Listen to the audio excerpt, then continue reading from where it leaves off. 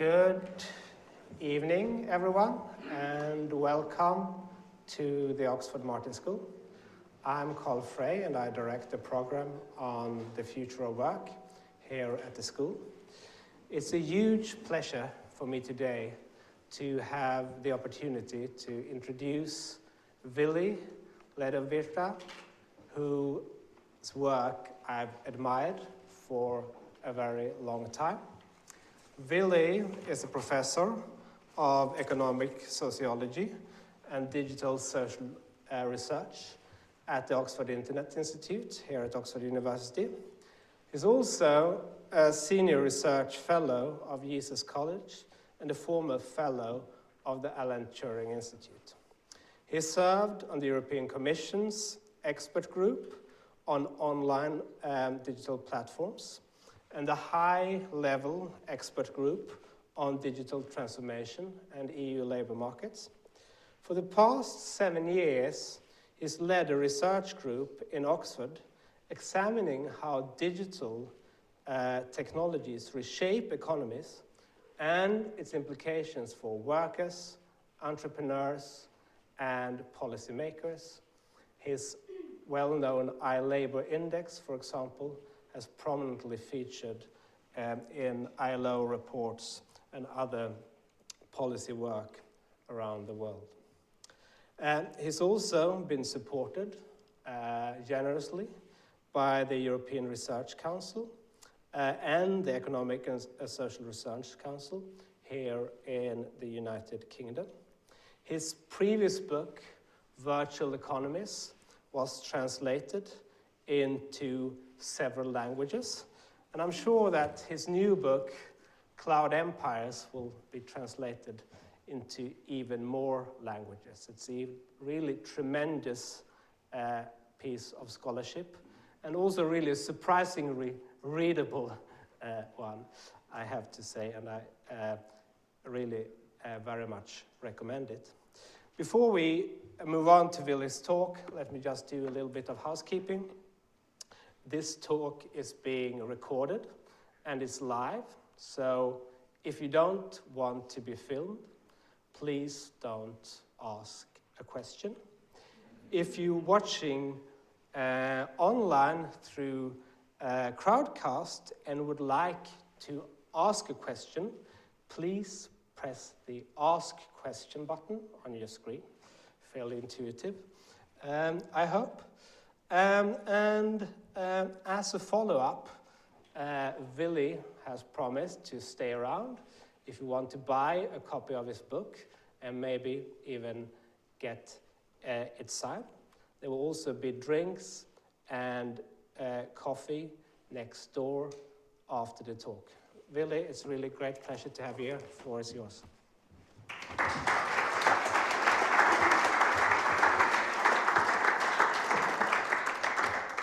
Wow, thank you so much. I'm honored. What a wonderful introduction, Carl.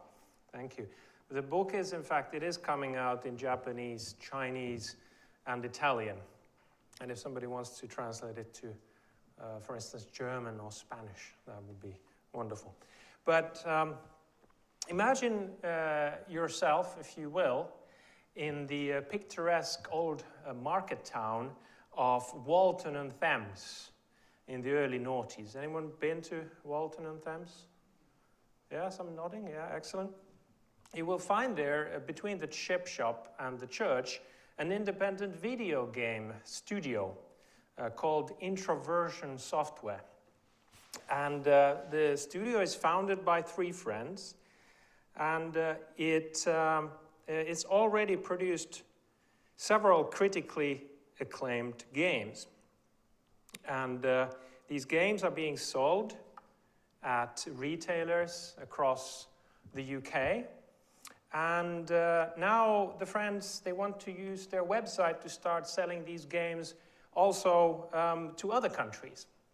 After all, the internet should be the ideal medium for reaching foreign markets. There are no transportation costs, and there are also no tariffs on online sales of this kind. Yet the friends discovered that to sell their games via the internet to other countries, they would have had to take into account different value-added tax regimes, different consumer protection rules, different currencies and payment systems, and other institutional differences between UK and the countries that they wanted to sell to.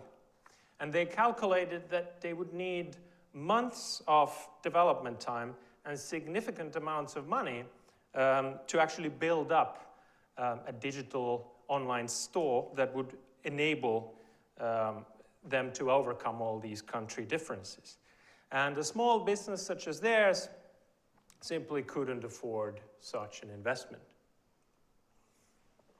Now, economic history teaches us that institutions are very important or vital for economic growth. Institutions in a market-based economy mean things like property rights, contract enforcement, regulation, and so on. If property rights are not protected, then it's risky to invest.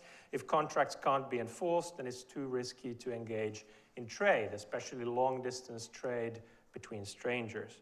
If there are no regulations in place, then we know that markets fail in various different ways, including through incompatibilities, to fraud, to passing off, and so on and so on. And we also know that as economies grow in size and complexity, they need ever more intricate institutions to support them. So, or to put it differently, increasingly intricate and sophisticated institutions support larger and more complex economies. But while these highly intricate institutions support exchange within a country, they can actually create barriers for cross-border exchange. Standards and regulations differ, border formalities add costs and delays. Parties find it hard to enforce rights and contracts in foreign courts. And I think we have some recent experience of this in this country as well. And the more intricate, interestingly, the more intricate and developed a country's institutions are, the greater, actually, the number of nitty-gritty differences with its neighbors. And all this didn't used to matter so much back in the day when transport and communications links were in any case the biggest bottleneck to any sort of long-distance cross-border trade. Institutional disjunctures were a relatively minor annoyance. But as transport and communication technology is improved, the boundaries of these humanly devised institutions became increasingly prominent barriers to trade. And in digital commerce involving electronic goods, such as games, they are almost the only barriers to trade. And this is obviously what our three friends in Walton-on-Thames discovered firsthand. And they weren't the only ones. So at the time, this is early noughties, UK was still part of the European Union. The majority of retailers in the EU sold online, but only 21% of them, according to a Commission study, were willing to sell to another member state. Different states had different value-added tax regimes, different intellectual property rules, consumer protection rules, different privacy rules, and all these same things that introversion software encountered. And complying with 27, Croatia was not yet a member at the time, so 27 different regimes was just too much for most small businesses. It was simply easier to refuse to sell to other countries. So, as a result, the Union's digital economy was actually an archipelago of 27 disconnected national markets, the very opposite of the Union's aim, which was to connect the continent's economies into a single whole. Now, embarrassed about how territorially fragmented the Union's digital economy was turning out to be, the European Commission decided to mend it. The next Commission will tackle the main obstacles to a genuine digital single market, announced President José Manuel Barroso in 2008. The Commission's aim was to ensure that businesses online could offer goods and services across Europe based on more or less a single set of rules, a common platform, so to say. But progress towards creating such a platform was slow. The Commission's legislative proposals, as you know, require approval from member state governments as well as from the European Parliament. Member states and the various interest groups and industries disagreed on how things like consumer rights, taxation, data protection, copyright, and so on should be harmonized, and which authorities should be in charge of enforcing them. And thus, when Barroso's term as Commission President came to an end, his successor, Jean-Claude Juncker, had to acknowledge that a digital single market still did not exist, and that, quote, difficult regulatory and policy issues remained, unquote. Now, meanwhile, these friends at Introversion Software, they got lucky. So they managed to obtain an UK government export aid grant that provided funding for them to build up a multi-country online store. They set to work, and a few months later, they launched their store with great fanfare. However, it didn't increase sales as they had hoped. Introversion's online store was too far from the web's well-trodden paths. Few people ever visited it. If they did, they were probably already fans of the company and already owned their products. Such a system did, however, incur heavy maintenance costs. To continue operating, it would have needed to be defended against cyber attacks. It would have needed to be updated every time relevant regulations or VAT rules changed in the countries that it covered.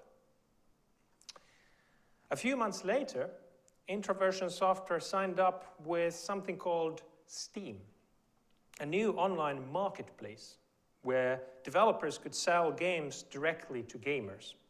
Created by US-based Valve Corporation, the platform already had 6 million registered buyers around the world and was growing rapidly. It handled much of the international billing and administrative complexity that Introversion had previously had to handle by itself, and allowed consumers to shop in the language of their choice. It also protected Introversion's products from software piracy, and gave consumers a simple way to obtain a refund for games that didn't work on their computers. With no additional investment required, Introversion sales shot up. Within 3 weeks, their latest game had sold more units via Steam than it had sold through all the other channels in the past 9 months. In theoretical terms, Steam made it possible for small businesses to engage in cross-border trade because it provided a sort of institutional wrapper that hid away many of the institutional intricacies of the different countries.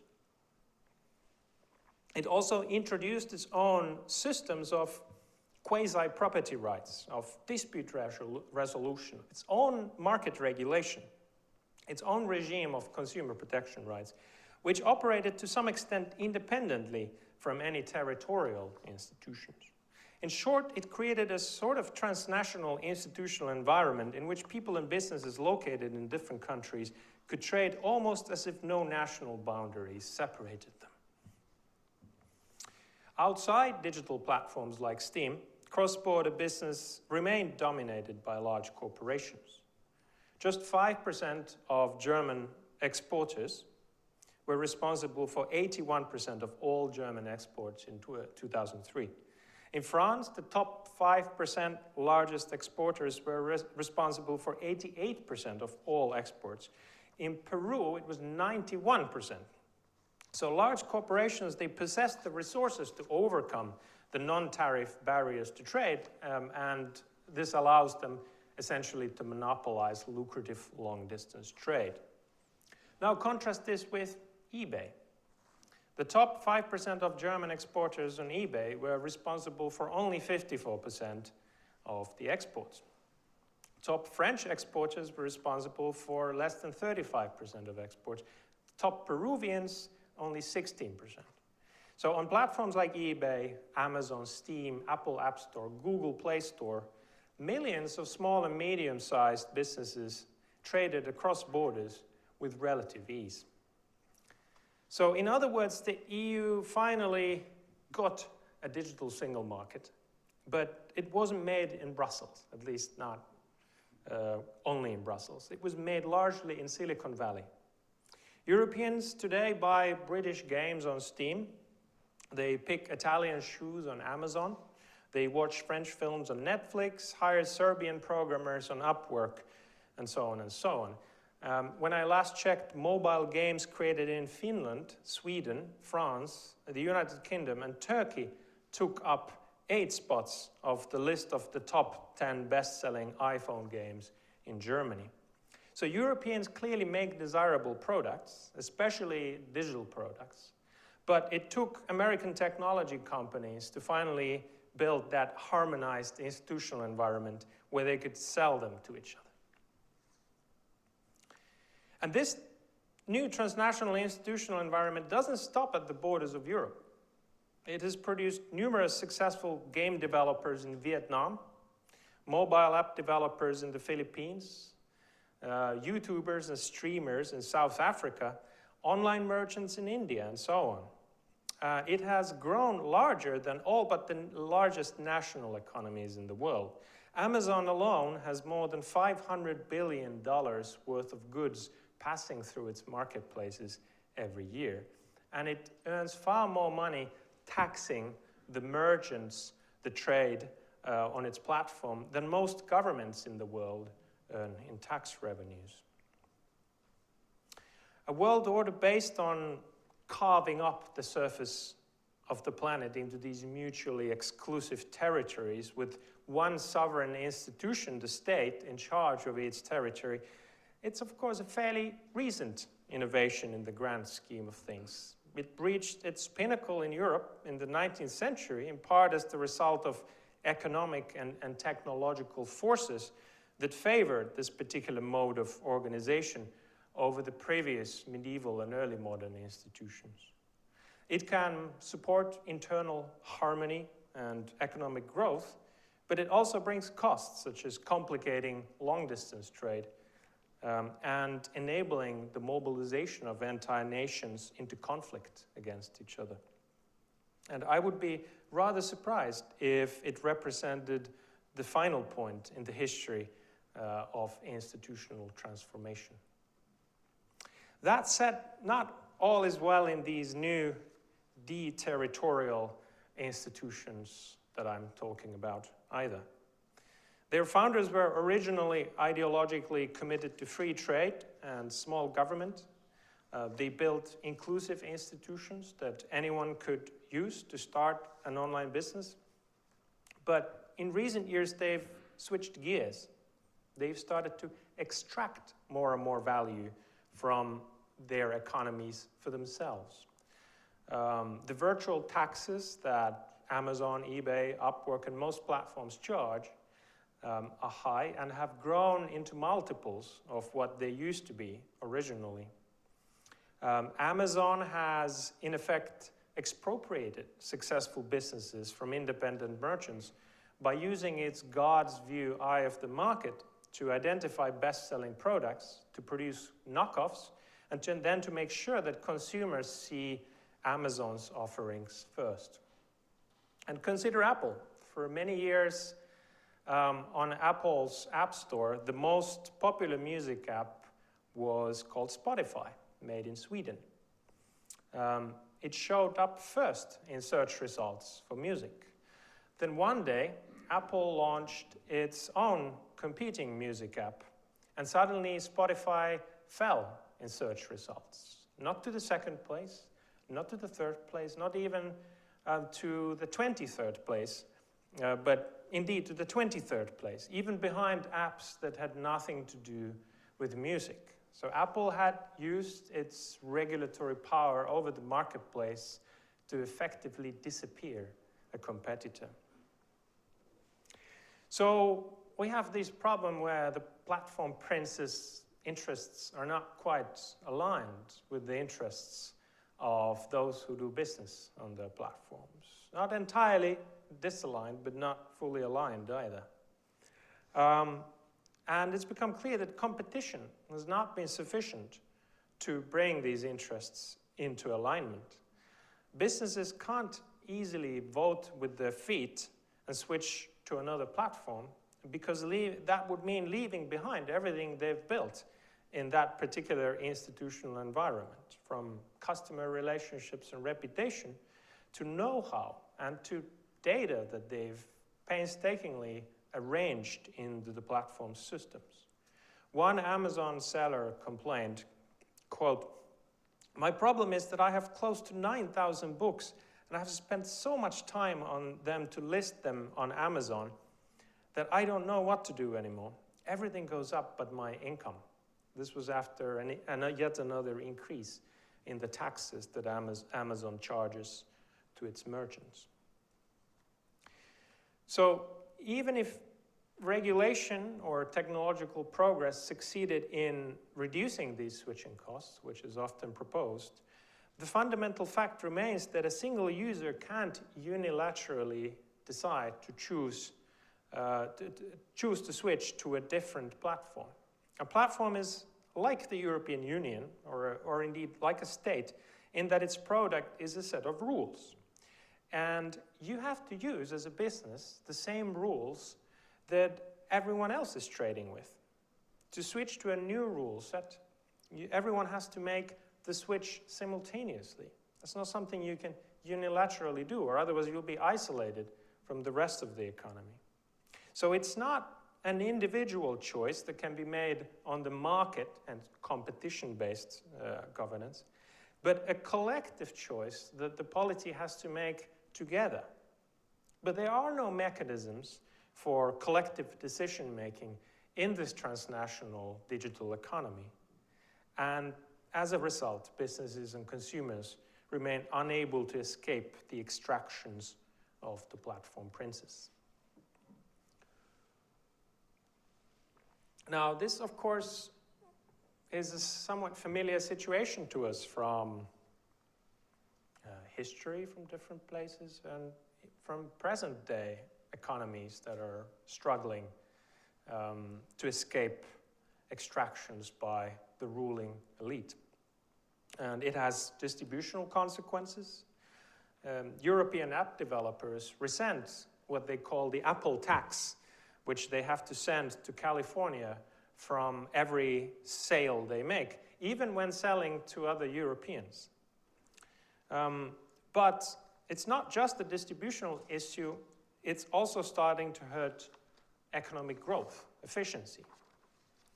The erosion of property rights against the platform princes, and the fact that these platform companies' virtual regulations may change literally overnight, is starting to make investment in this digital economy increasingly risky.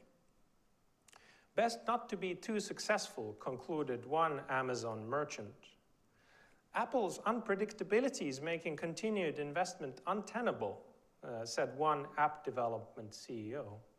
And many venture capitalists today will decline to fund any startups which are in the so-called kill zone, meaning that they're too close to the interests of the platform giants and will surely be stamped out. So, like so many autocrats before them, the platform princes may be trading future economic prosperity for short-term extraction. Now, some people, when I've presented this argument, have asked me, is this digital feudalism? You've heard the term digital feudalism, perhaps. That is a term that has gained some currency.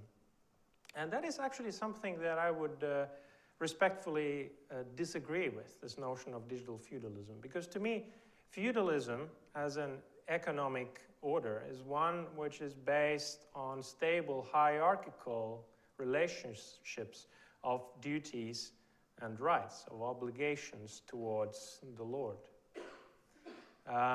And what we're seeing here is a market economy. I mean, there are property rights, there are contracts, and there are markets. It's a very fluid type of economic order. It's not one based on unchangeable relationships where one is born into their position and can never escape it. But nevertheless, we have these autocrats that are liable to abuse their power. And in this respect, I think, in fact, the digital economy resembles, if we're looking for historical analogies, which I love to look for, and there's lots of them in the book, I think it's more reminiscent of early modernity and the stewards. So you have, let's take Charles first. You have a sort of an economy with, broadly speaking, competitive markets. You have some property rights. You can enforce contracts. But at any moment, the autocrat, well, who fancies themselves as the autocrat, may use royal prerogative to expropriate your business or to extract an arbitrary fee or a tax. So I would argue that, yes, in terms of analogies, we're not living in digital feudalism. We're living in a digital early modernity. And then the interesting question is, of course, well, what happens next? And social scientists like to say that, oh, I don't have a crystal ball and, I can't say anything about the future, which is true, but it's also very fun to speculate, isn't it? So, let's indulge in a little bit of speculation. And I do this in the last chapter of the book to some extent as well. But so I think there's three scenarios that appear likely, or some mixture of them. One is that the territorial states reassert themselves. They use regulations to parcel up the digital economy back into territorially sized chunks. These chunks are democratic in democratic countries and autocratic in autocratic countries. But in any case, it's the state that is the sovereign authority and not some cloud emperor or platform prince. Cross-border trade becomes difficult once again, but at least those rules which over long periods of time have evolved to protect trade and business and enable investment in the territorial polities are once again respected in the digital world as well. And this is in some ways the direction that the European Union is headed towards with the Digital Markets Act and the Digital Services Act, which designate some platforms as so-called gatekeepers. And they recognize that these gatekeepers have a sort of infrastructural, systemic role in the economy, and that therefore they ought to be regulated in a manner similar to public utilities. This means that their conduct will be regulated. There are certain things which they must do, certain things which they are not allowed to do. So for instance, they are not allowed to self-preference, which means to put their own products first in search rankings. This is the kind of approach that the European Union is driving towards. I think this is great, but I suspect it will not be easy to pull off. The digital empires of today, they are much more complicated beasts than public utilities or railways of yesteryear, in which context this approach was originally developed 100 years ago during the Gilded Age. For instance, just to give you an example, Apple recently excused Amazon's Prime video streaming app from the Apple tax that everyone else on its marketplace had to pay, giving Amazon a big competitive edge against other video streaming rivals such as Netflix. So Apple bent the rules to favor its business partner. Apple probably did this because it needed a certain favor from Jeff Bezos for a completely unrelated business. And this would be illegal now under the Digital Markets Act, probably. But the company claimed that it was simply following its policies, that it had a, quote, established program, unquote, to offer exemptions for, quote, qualifying premium video entertainment apps, unquote, which Prime Video just happened to qualify for, and Netflix didn't. Industry experts had never heard of such a program before, but to prove that it was actually a fig leaf for favoritism and not just Amazon applying its policies evenly to everyone, non-discriminatory fair rules as required by the EU regulation, probably difficult. Probably would take years of wrangling in court. And by the time the result is out, even if it's favorable to the wronged party is probably out of business. So I think it will, this is important to regulate, but I suspect enforcement will be difficult and will not deliver all that is expected of it. So then, a second scenario. The digital economy remains transnational, not parceled by territory, but it's dominated by US platforms, as it is now. The US government perhaps regulates the platform's worst excesses, and so then we put up with them. We accept the level of political and economic dependence on US and US platforms in exchange for US providing these digital public goods and upholding free trade. So this is basically a continuation of the hegemonic stability theory, according to which one dominant world power provides for a stable international system. It can abuse its position to some extent. We know that US government agencies are using the reach of the country's technology platforms to perform some espionage, some digital blockades against some states and non-state actors, and so on and so on. But as long as, broadly speaking, for us, the benefits outweigh the costs, we're willing to put up with it. But there are two problems with this scenario.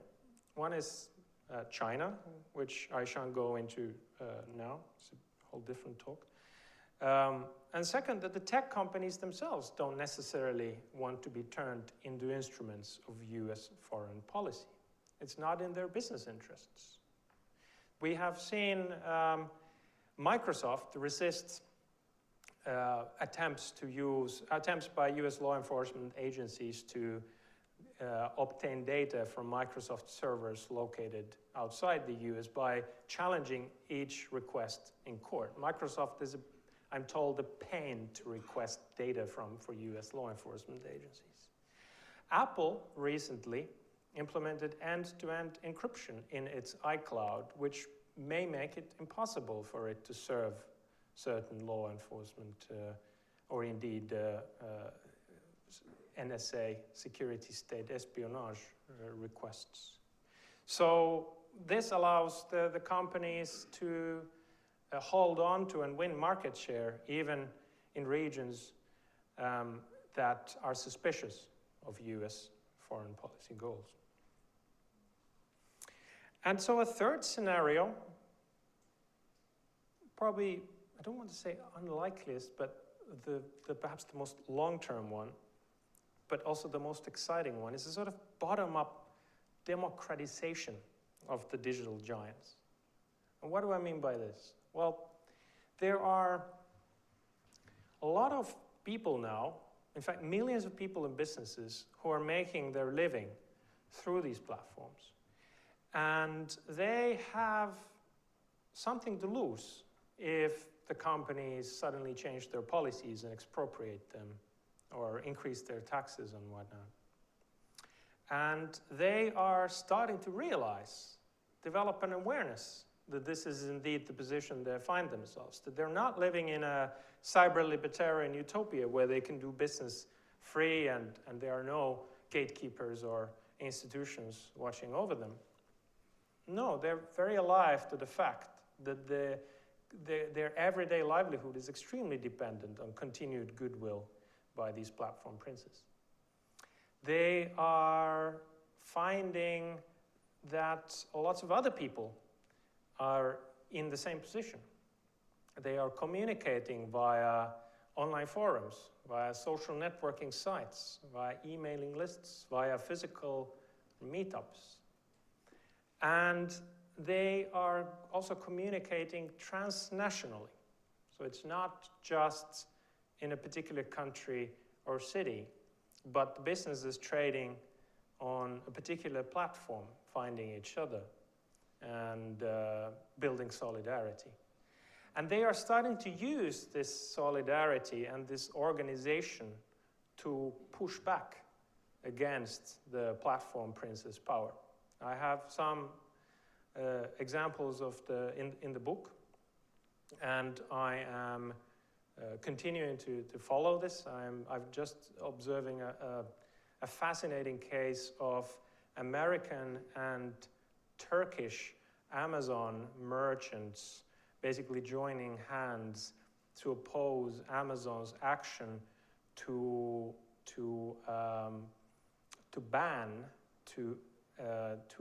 banish thousands of Turkish sellers from the platform in response to a perceived violation. And they are finding solidarity from American sellers because the American sellers realized that they could be next. So far, not many of these attempts to push back have been successful, but there are also some success cases. App developers who were faced with expropriation by Apple organized and put together a formidable campaign where they sought allies from territorial policymakers, from media, from consumers, and they were able to start putting pressure on Apple to the extent that at the time the world's most valuable company relented and countermanded the rule change and allowed the app developers back. I described this in detail in the book. And I think it's fascinating because there's a clear analogy here to how in medieval Europe, democracy, the roots of democracy began to form. The burghers, the traders, the merchants and the artisans who grew wealthy on the marketplaces provided by and secured by the feudal lords began to organize and began to demand some, first, rights against expropriation, and second, a say in how the market towns were being run.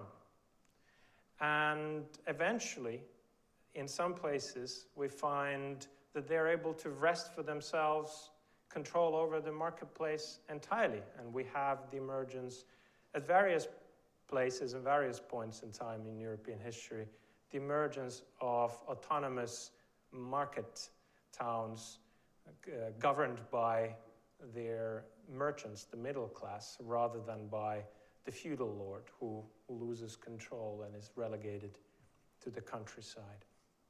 And I think it's fascinating to follow to what extent this may be happening in the digital economy. Now, there's no law of history to say that what unfolded before in Europe must now unfold again here, but what these historical analogies do for us is they sensitize us to paying attention to the correct things and look for those correct things when we do research. And it's very much an ongoing process that's unfolding right now. Now, of course, in Europe, this process took centuries to unfold. The middle-class property-owning governance system and political rights of the property-owning class were then eventually expanded by the working-class movement to cover the entire, at least male population, and the suffragettes to the female population, and so on and so on. So it's by no means, we're at the early, I would say with the very early stages, again in the early modernity in the digital economy, also when it comes to the political rights.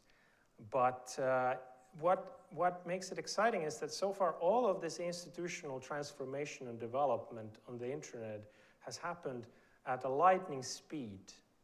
We've zoomed past from first the emergence of the central state as an organizer, and now to empire and to colonies rebelling. We've zoomed through all of this economic history of thousands of years in just 30 years. And so what took hundreds of years to unfold in the past may now happen, in part thanks to the lack of physical frictions, may now be unfolding in front of our eyes in lightning speed. So anyway, this is what I'm fascinated about at the moment and what I'm studying right now. And I would love to discuss these ideas with you further. Thank you very much for your attention.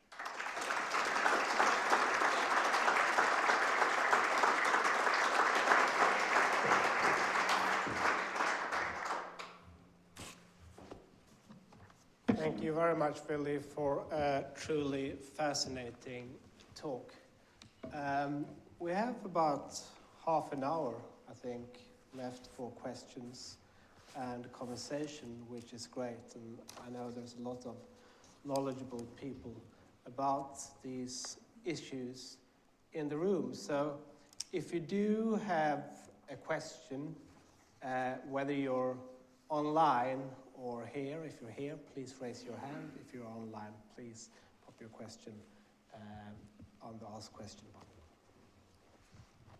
So thank you very much, and I read your book and it was really fascinating, and I read it because I was prompted to think after Elon Musk purchased Twitter, and in my opinion, to me anyway, as a young person, it seemed to mark a new phase of the internet in which it isn't just founders anymore, it's people who have existing capital realizing the potential of the internet and acquiring that. And I guess I'm kind of extrapolating this 50 years from now. I can imagine, you know, a war between billionaires about who gets to own what. But I was interested in when you're talking about this idea of democratic ownership.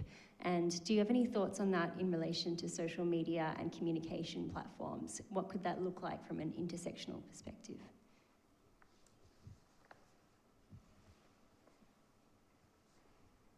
Shall we go with that right away? Yeah, well, thank you very much. This is a thoughtful question. So there has been, in the context of social media and Twitter specifically, Morshed Manan, who's actually giving a talk in my seminar tomorrow, and Nathaniel Schneider, they've published this, and I think they have a third co-author, I forget their name. They published a paper on exit to community, right? The idea that perhaps instead of selling out to billionaires, struggling platforms, Twitter was by financial terms struggling, should instead sell out to the community. The community should raise a bunch of money and buy it out. And of course, indeed, in history, we find cases where the townsfolk, they bought for themselves a town charter, right? They raised funds and they bought from the feudal lord the right of self-governance. And I think an analogous thing could happen here. But at the same time, in social media, the actual collective is very vaguely defined. People use social media to very varying extents, and they're not as dependent on it as an Amazon merchant is on Amazon for their living. And perhaps for this reason, the collective action problem of actually raising those funds has never been solved yet. And the exit to community has not happened because the community has not raised the funds. Good evening. Please also tell us who you are. My name is Sonny Iroche. I'm a senior academic visitor at the African Studies Center. I recall when my parents were in school in the 50s in Liverpool, they used to write letters via airmail. The time changed. We couldn't go back to those days anymore. Do you think really that we can regain control over this toothpaste that has left the tube?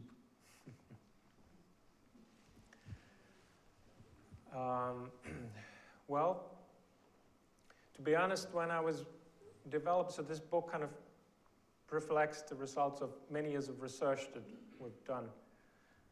And I was at some point was developing the story for this book. I was struggling to come up with the hopeful part at the end, because you kind of, especially for students, you have to offer some hope for the future and some ideas to pursue, and not just say, sorry, it's all over.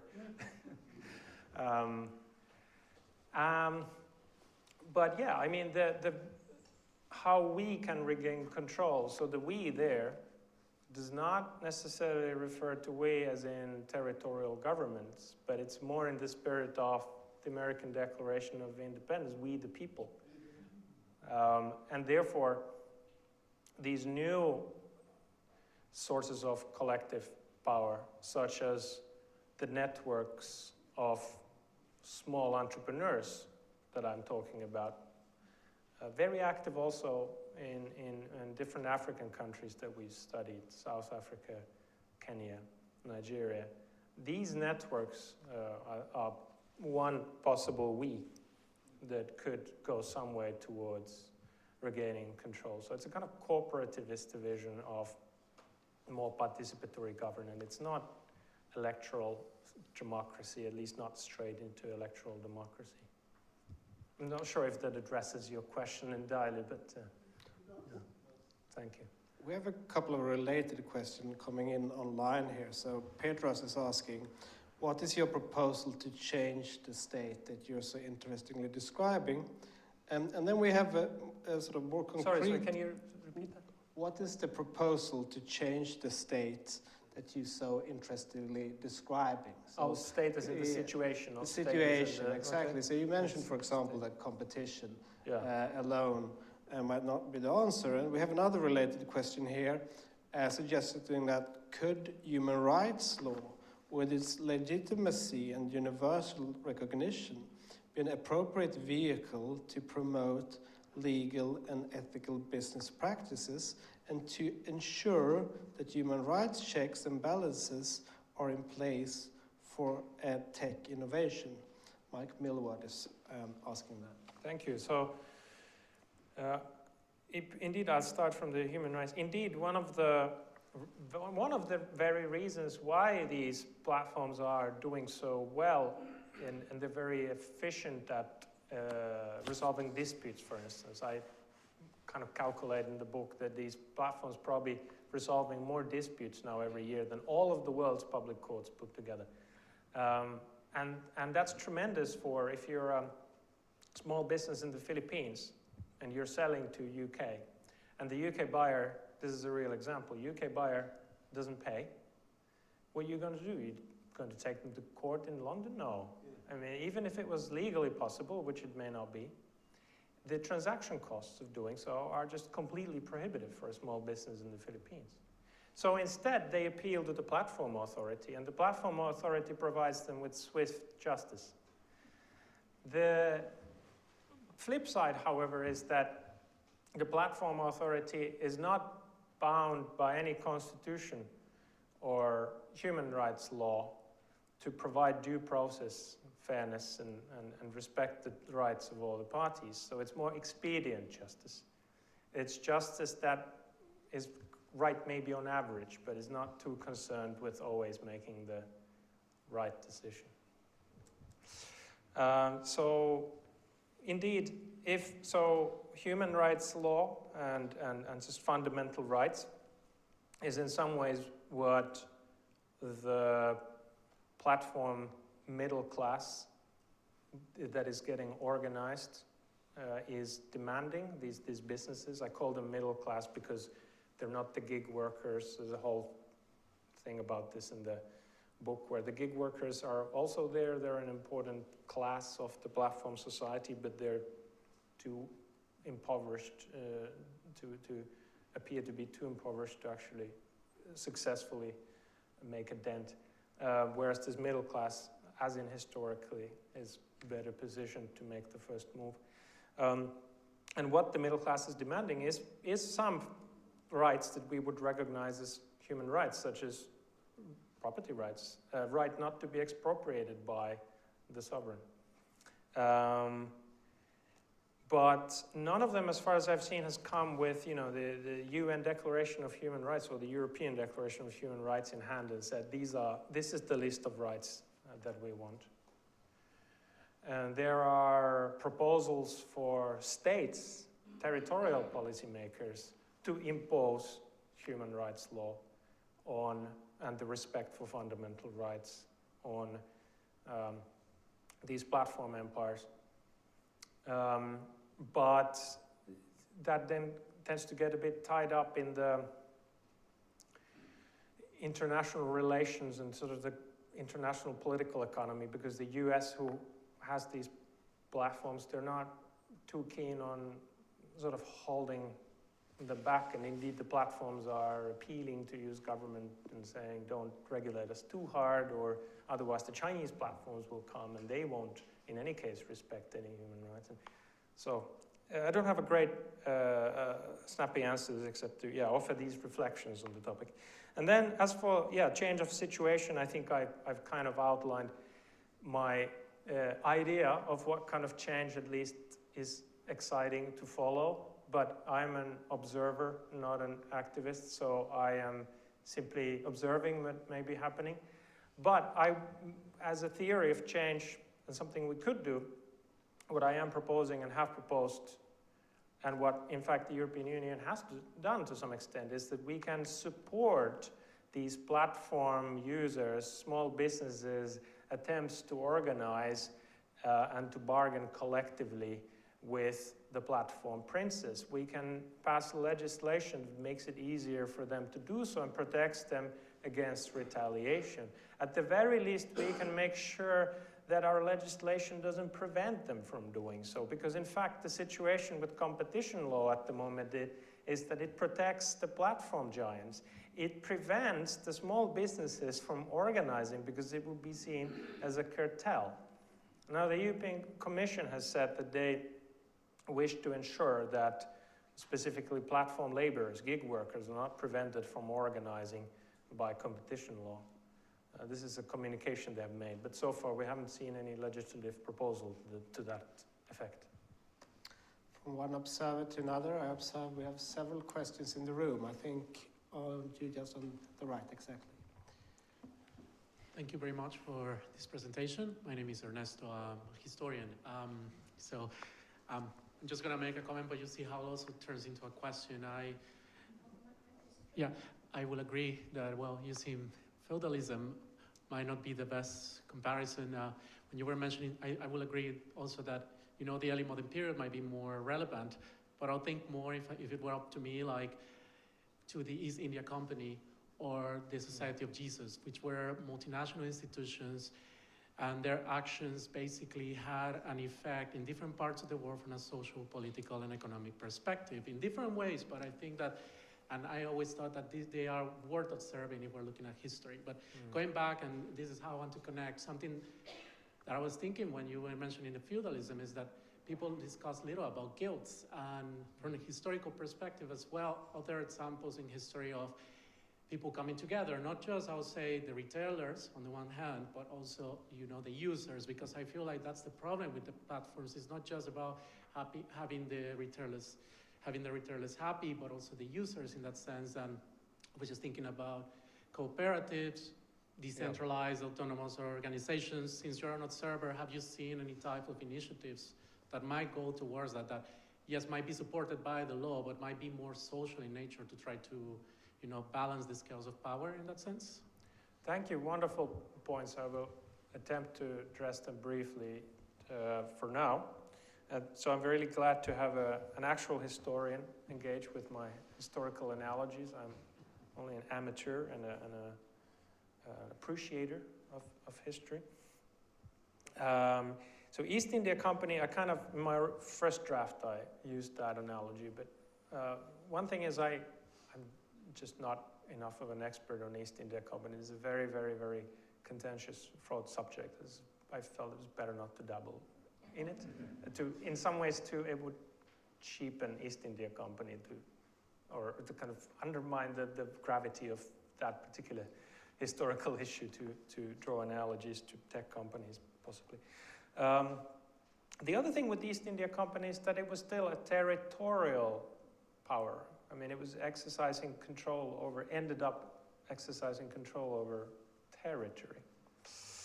And that's where the analogy kind of breaks down, because the platform's jurisdiction is not territorial, it's personal and functional. It extends to all those who've placed themselves under its governance. And then, as to your point about, guilds and Social initiative. oh yeah, right. Platform. I talk about platform cooperatives and DAOs a little bit in the book, but basically, in short, the problem with user cooperatives tends to be the governance cost.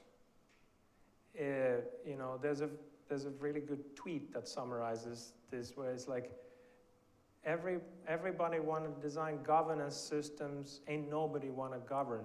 Like, it's actually a lot of work if you got to be voting on proposals for everything. Like, self-governance is a lot of work. And if you're spending 20 minutes a day on a social media platform, are you going to want to spend half of that to indulge in the politics, increasingly intricate politics of it?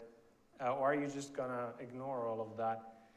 That's why, once again, I see most success among the self-governing collectives of those with the greatest financial stake and greatest resources. Again, the platform middle class. They're small businesses, but some of them have turnovers in the millions. They can afford to hire actual people to run these governance organizations.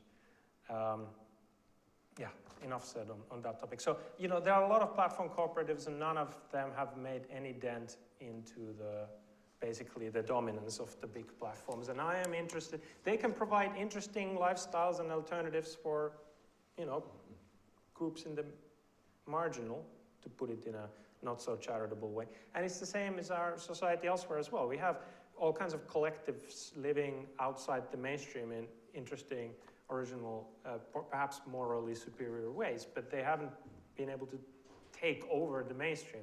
And what I'm concerned with is the mainstream. How do those dominant platforms, how are they governed?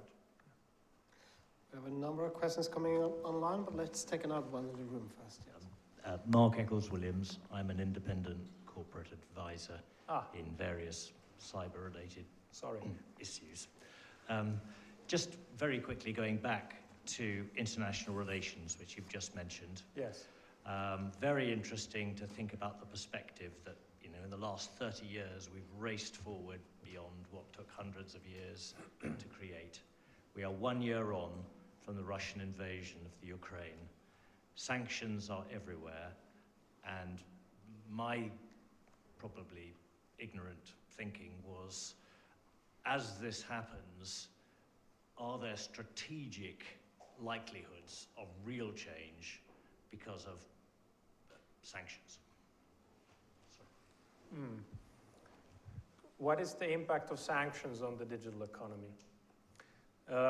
Certainly, they contribute to so-called internet fragmentation, right? Which is a big discussion now in internet governance circles. The idea that the internet is fragmenting along territorial lines into multiple intranets upon which the territorial states impose their own vision. Cyberspace becomes an extension of the sovereign space of the country. it contributes, sanctions attempt to enact also these borders in cyberspace, but then at the same time, digital platforms and cyberspace is used very much also to circumvent sanctions. We have cryptocurrencies being used to move money out of Russia, also into Russia. And in that sense, sanctions can create more demand, unfortunately, for certain types of digital platforms.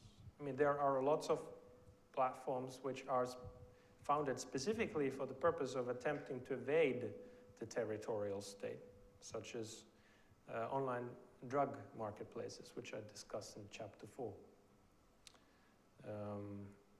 So yeah, maybe hopefully that suffices for now. Thank you. We have a number of questions here coming in online as well. So Rob Garlick is wondering, is the multi-cloud, like Google is offering, a realistic option for diversification? And in similar spirit, can the telco companies fight for a seat at the cloud table? Yeah. In addition, Ariel Coe is wondering, with the rise of China, whose aims include becoming a cyber power, do you foresee that states will have significant investment with that may be regained by government anytime in the future? So feel free to answer any of those. So there's sufficient investment too? Significant investments to being regained by government anytime in the future. Well, so obviously discussed this very little in the book, but obviously in China the state has been very assertive, specifically in this first scenario, reasserting control over the platform giants. And in part, because of this, the Chinese platforms are not that widely used than in other countries, because they're seen quite straightforwardly as extensions of Chinese state power. And unless you're very much sort of allied with China, then you may wish to kind of retain an arm's length distance, independence from those platforms. Whereas I guess the American platforms are still managing to be a bit more independent, at least in terms of perception. Well, they're considerably more independent in my assessment. But then interestingly, in terms of I'm not sure if this is what the person who posed the question was referring to, but it can go the other way around as well. The digital giants can assert control over states. And is anyone from Ireland here? Because I'm about to say something a bit uncharitable about Ireland. So Ireland has done very well for itself economically, providing a good base for American platform giants, a base of operations in Europe. But as can happen when one sector of the economy has such an outsized economic and political significance, and I'm talking theory now here, not necessarily the case of Ireland, but it can start to essentially capture the regulatory apparatus, because it becomes a matter of national interests for that business's interests to be safeguarded.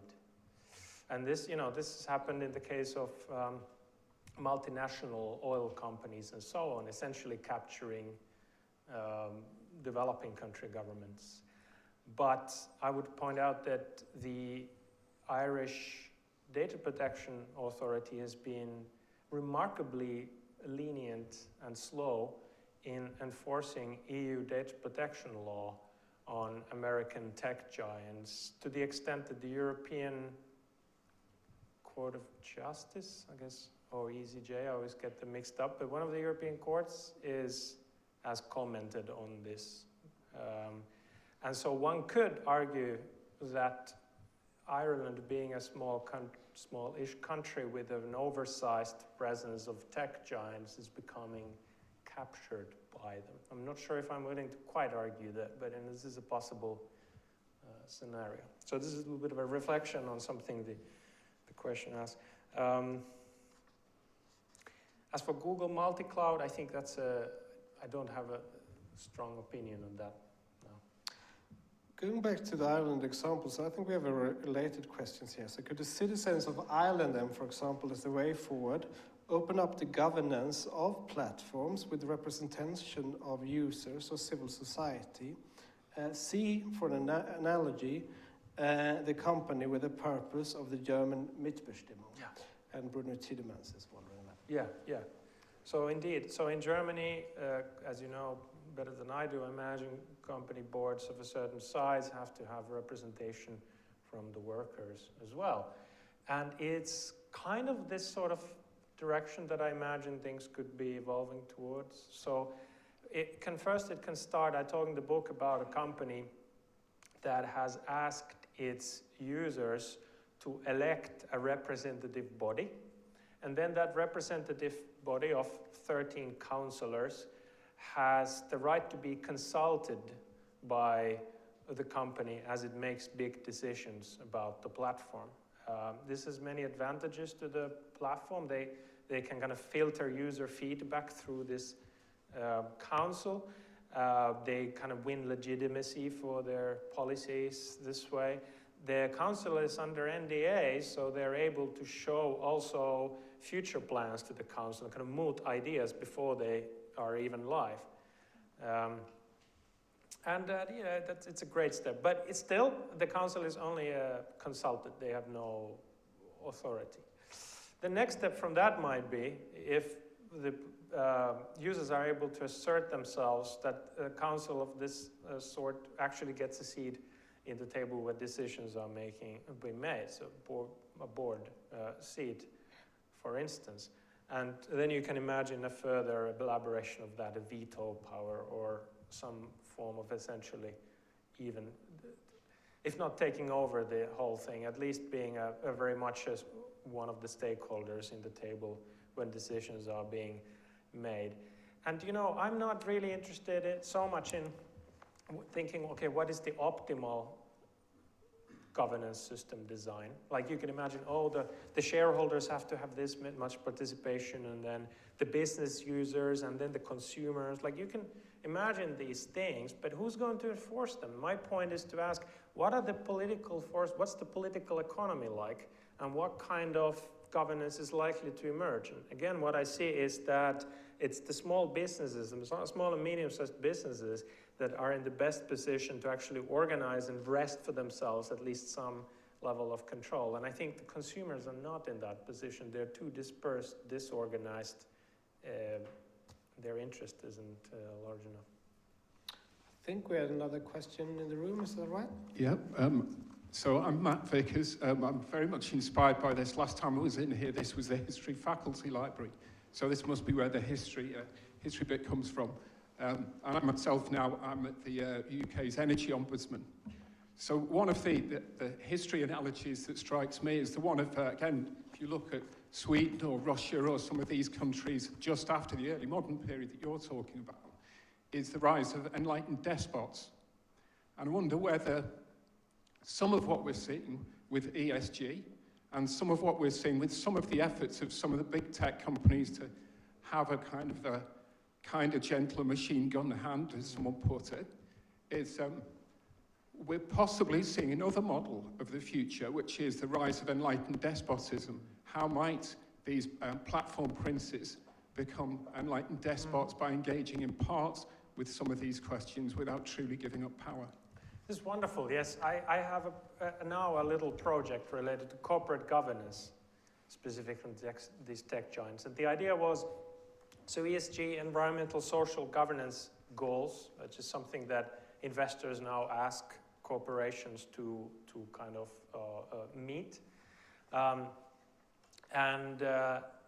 idea was like, are these tech, there are some shareholders that are demanding these tech firms like Amazon to also refrain from naughty things like selling biased facial recognition technologies. And so could this kind of tech governance also become a shareholder kind of issue? Could shareholders be one way through which the broader interest is brought into these platform empires? But the problem there is that, in fact, the corporate governance arrangements of these companies tend to be very unusual. They're very concentrated or autocratic. They favor multi-class share structures, where, for instance, Mark Zuckerberg, despite owning only a minority of the shares, still has a majority of the voting power. And so, in fact, what I see as one very possible future is indeed this kind of, not just, I'm not using this prince analogy just because they're very powerful, but because I believe they may also seek to pass on that power to their children. So we have this kind of corporate dynasties in Korea, for instance, and I could very easily imagine corporate dynasties forming in the US as well, around these tech giants whose controlling shares are tightly held. Every year in the shareholders meeting at Google or Alphabet, the shareholders propose to move to a system of one share, one vote, and Sergey Brin and Larry Page vote down the proposal. It's almost like a ritual that has to be done at the beginning of every meeting for the rulers to assert their power, and the others to kind of bow down to them. Yeah. A lot of questions coming in. I think we have one more at the back. Hi, yes.